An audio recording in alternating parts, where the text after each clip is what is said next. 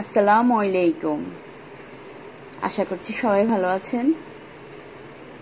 নতুন আরও একটি রেসিপি নিয়ে আমি আজকে হাজির হয়েছি। আজকে আমি দেখাবো পন্স মিষ্টি। এখানে চুলায় আমি নিয়েছি 3 লিটার গরুর দুধ। এই গরুর দুধগুলোকে আমি চুলায় বসিয়ে হাই হিটে বসিয়ে দিয়েছি। এরপর আমি এটা গরম হওয়া পর্যন্ত অপেক্ষা করব। আর এখানে নিয়েছি ভিনেগার।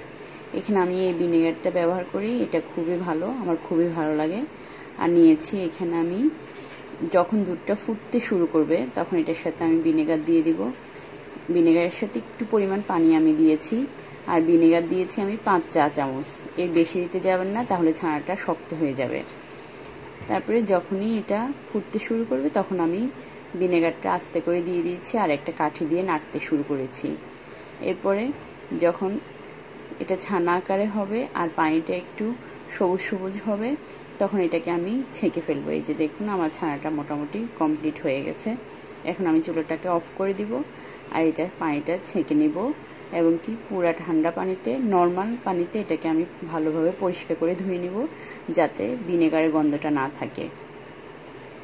এরপর আমি এভাবে একটি কাপড় মুড়িয়ে এটাকে ঝুলিয়ে রাখবো 1 ঘন্টা। আমি ঠিক 1 ঘন্টায় ঝুলিয়ে রেখেছি। 1 ঘন্টা পরে দেখুন খুবই সুন্দরভাবে ছানাটা রেডি হয়েছে। তারপরে আমি দিয়ে দিচ্ছি এখানে 1 চা চামচ পরিমাণ চিনি আর 1 চা চামচ পরিমাণ ময়দা।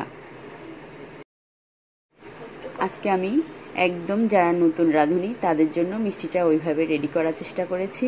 এই লকডাউনে কীভাবে ঘরে বসে আপনারা মিষ্টি করতে পারবেন সেটা আমি দেখানোর চেষ্টা করছি। এরপরে ছানা আর চিনিটাকে আমি একসাথে মিশিয়ে নিব আর এটাকে আমি হাতের তালু দিয়ে খুব ভালোভাবে মিক্সড করে নিব। আর এই জিনিসটা আমি অনেকক্ষণ থেকে দেখিয়েছি যাতে বুঝতে সুবিধা হয়।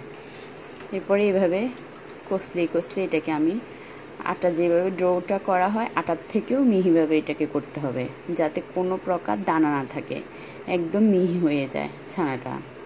আর ছানাটা যত মসৃণভাবে মলা হবে তত বেশি মিষ্টিটা সুন্দর হবে।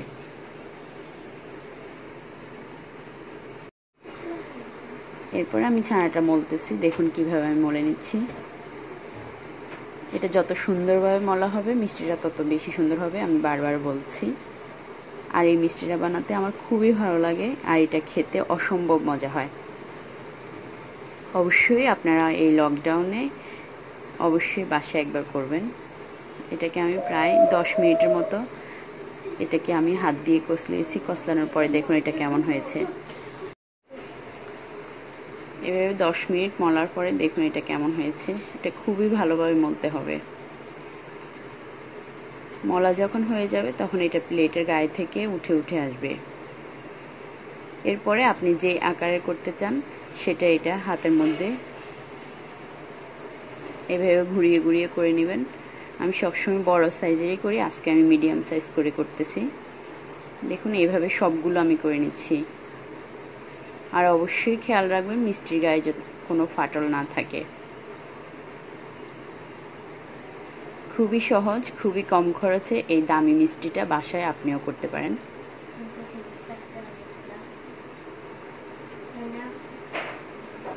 এরপরে চুলায় একটি হাঁড়ি বসিয়ে এখানে আমি 9 কাপ পরিমাণ পানি দিয়েছি। পানি দিয়ে এই কাপটাতে করে আমি পানি দিয়েছি। আপনি যে কোনো টাইপের চায়ের কাপে দিতে পারেন। 9 কাপ পানি দেওয়ার পরে এটার সাথে আমি দিয়ে দিচ্ছি 4-5টা এলাচ দিয়ে এটার সাথে দিয়ে দিচ্ছি আমি 2 কাপ পরিমাণ চিনি। চিনিগুলো দেওয়ার পরে আমি অপেক্ষা করব।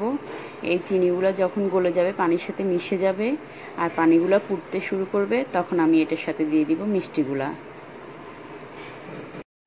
যখনই এটা ফুটতে শুরু করবে চিনি গলে যাবে তখন এর সাথে আমি মিষ্টিগুলো দিয়ে দিব।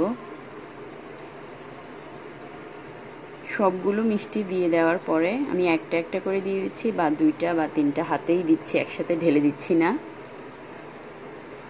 তারপরে আমি ঢাকনা দিয়ে ঢেকে রেখে দিব এটাকে। ঠিক 15 মিনিট পরে দেখুন এটা কেমন হয়েছে। এটা আমি হাই হিটে রেখে দিয়েছি 15 মিনিট। ঠিক 15 মিনিট পরে দেখুন এটা মিষ্টিগুলো কেমন হয়েছে। তারপরে 20 মিনিট পরে আমি এটার সাথে 1 কাপ পরিমাণ গরম পানি মিশিয়ে দিয়েছি। আমি চুলাটা একটু কমাই নিই, মিডিয়ামও করে নিই, হাই হিটে রেখেছি। তারপরে টোটাল 25 মিনিট এটাকে রান্না করার পরে এখন আমি আপনাদেরকে দেখিয়ে দিচ্ছি মিষ্টিটা আসলে হয়েছে কি না। সেটা আপনি কিভাবে বুঝবেন? নর্মাল পানিতে মিষ্টিটা যখন দিয়ে দিবেন তখন মিষ্টিটা যদি ডুবে যায় তাহলে বুঝবেন যে মিষ্টিটা পুরোপুরি হয়ে গেছে। তারপরে চুলার আঁচটা আমি অফ করে দিয়েছি। তারপরে 3 থেকে 4 ঘন্টা পরে দেখুন মিষ্টিগুলো কেমন হয়েছে। আর এটা খেতে অসম্ভব মজা হয়েছে, দেখতেও খুবই সুন্দর হয়েছে। আপনারা অবশ্যই বাসায় একবার ট্রাই করবেন এবং আমাকে জানাবেন। তারপরে এটাকে আমি দেখিয়ে দিচ্ছি, এটাকে আমি প্লেটে নিয়ে নিচ্ছি এটাকে।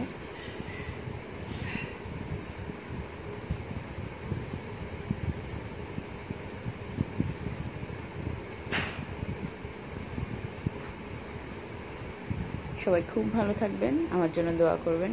সবাইকে অসংখ্য ধন্যবাদ এতক্ষণ সাথে থাকার জন্য। আল্লাহ হাফেজ, বাই বাই, আবার দেখা হবে। এছাড়াও আপনারা পয়লা বৈশাখের জন্য মিষ্টিটা বানিয়ে রাখতে পারেন, যেহেতু পয়লা বৈশাখে লকডাউন। আল্লাহ হাফেজ।